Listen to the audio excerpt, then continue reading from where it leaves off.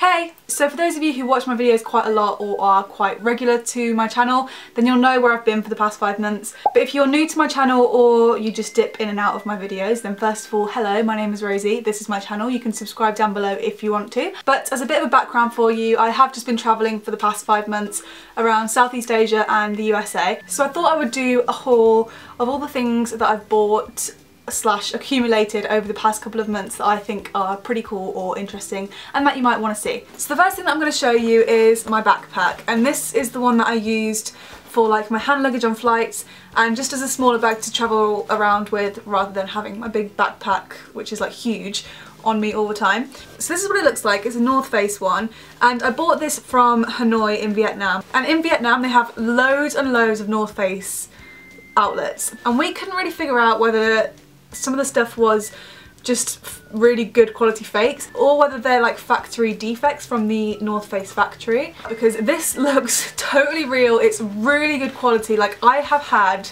so much stuff in here. I've had my laptop, really heavy stuff throughout the whole trip, and there isn't like a thread out of place, so I am incredibly happy with it because it was really cheap. It was just plain grey, but every time we went to a country I would buy a patch from that country. So I've got Laos, Indonesia, Malaysia, the USA, Vietnam and Thailand, and then the Philippines, Cambodia, and I got a UK one just to put in the middle. And I just sewed these patches on every time I would go somewhere, and this is like my little travel backpack now. I love it. I think it looks really cool with the patches on, and I think this cost me a grand total of £10 or £12, and I love it.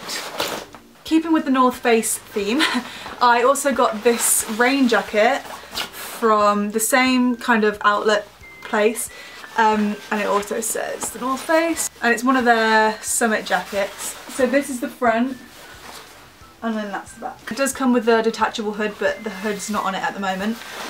And it's also really dirty because I wore it so much. I think this cost the same amount as my bag, so like £10 or £12. It's tried and tested because it rained every single day in Vietnam, so I know that it definitely is waterproof. Dan ended up buying loads of this like North Face stuff for his friends back home as well. I think it was like a total of like 10 coats, some bags, and like loads of other different things as well. And we ended up spending like £300 just on all this stuff and to get it shipped home too. But the quality is really good, so I am really happy with these, and obviously a fraction of the price of the real thing. So again, really happy with this. I also got this top, which is just like a little strappy top. It's a crop top and it's really flowy and it's got this nice print on it, but then at the back it's got like a big slit, so at the back it's kind of like a little bit exposed, which I really like. And this was from Koh Sam Road in Bangkok, and this was really cheap. I think this was like £2 or something. I thought it'd be really good for a festival because I'm going to Glastonbury this year. Oh my god, this year. So I thought it would look really nice for that, and for £2, like, how can you say no? Next thing I got, I know some people are gonna judge me for, but I don't care because I love it.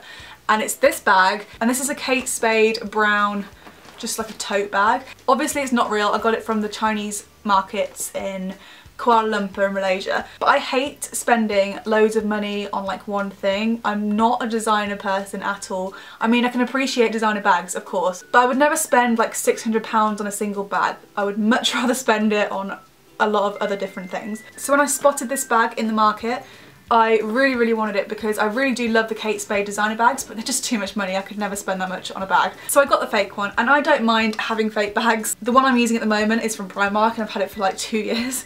So it's not like really important for me to have a really high quality bag, especially when it's as cheap as this was. I think this was like £15. It has the Kate Spade embossing on the front with the little spade, and then inside it's just got the Kate Spade lining. I know a lot of people might be really against buying fake things, but this is like fake leather, and compared to real leather it's probably a lot more ethical, so you could argue either way. It also came in a little dust bag, which I thought was really cool. In the same place, so the Chinese markets in Kuala Lumpur, I also got this fake Prada purse, which I absolutely love because it's paisley, and paisley is like my favourite kind of pattern effect. I just love paisley, so it's like a really cool blue, purple, green. It's got this little gold emblem thing with the Prada Milano, and then you open it up, and I've already filled it up with all my stuff, and it's just blue on the inside. And then it's got all these... Let me try that again. So inside you have all these different compartments for your cards, your cash, and any extra cards which might all fall out of your purse at any given moment. And it also came with this chain, and you just attach it to the hooks on the inside of the purse, and then it becomes like a little shoulder clutch bag. So you can have it two different ways, which I really liked.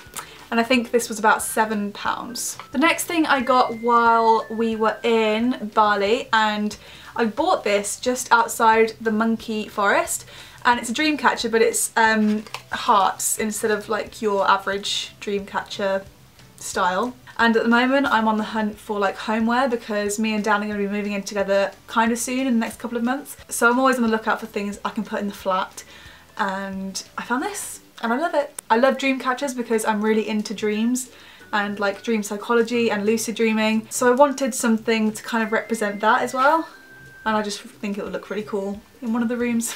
I think this was like £3 or £4. The next thing I got was from Ruston's department store in Cebu, the Philippines. And this was kind of a naughty purchase because I really didn't have the money to buy this, but I've wanted it for so long. And I was like down to my last £100, and I was like, what have I got to lose? I'm just gonna buy it. So I got the Laura Mercier loose setting powder in translucent because I've heard incredible things about this. Apparently it's really good for baking. It's just a really good powder anyway. It doesn't give off back flash when you take a picture and stuff. And that was about £30, but we'll just breeze past that very quickly. So in this tube are the next things that we bought, and they are so cool. I love these. And like I said, I'm on the hunt for really cool like homeware and stuff. So we got these really cool movie posters which you can frame and just hang up, obviously. And we picked some of our favourite films because they had literally every film you could possibly think of in this shop, and we got these from Hoi An in Vietnam. So I picked out Amelie, and then we've got Little Miss Sunshine, which is another great film. I love this one because I love the picture of the van on the front. And then we've got The Shawshank Redemption. I just love the style of them and like the design on them and how they're all like the same, so they'll look really good next to each other. But they're also really different from obviously the original movie posters. I just love these. And then we've got Singing in the Rain, which is one I picked out. It's one of my favourite musicals. And then Dan picked out Into the Wild, and he also picked out Drive.